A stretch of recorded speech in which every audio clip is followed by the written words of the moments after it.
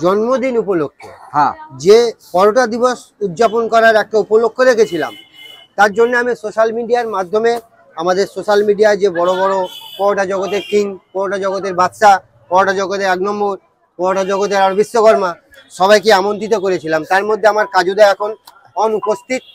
এই অনুপস্থিতের মধ্যে কাজুদা আমাদের এই যে উদ্দেশ্য পৃথিবীর কোনায় কোনায় এই পেটাই পরোটাটাকে পৌঁছানো।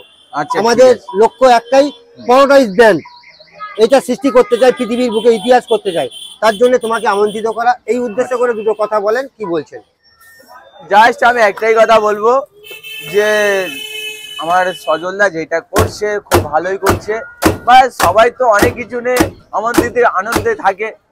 সজলদা ছোটখাটো ব্যবসায়ী হলেও মনটা খুব দয়ালু। আর আমি চাইবো সবাই আসার জন্য। আসলে তখন পরোটা কি ফ্রিতে খাওয়ানো হবে? অবশ্যই ফ্রি হবে, অবশ্যই অফার তো থাকবে। অফার থাকছে। ওটা কবে? ওটা হবে 1 ডিসেম্বর, ডিসেম্বর মাসের 1 তারিখে।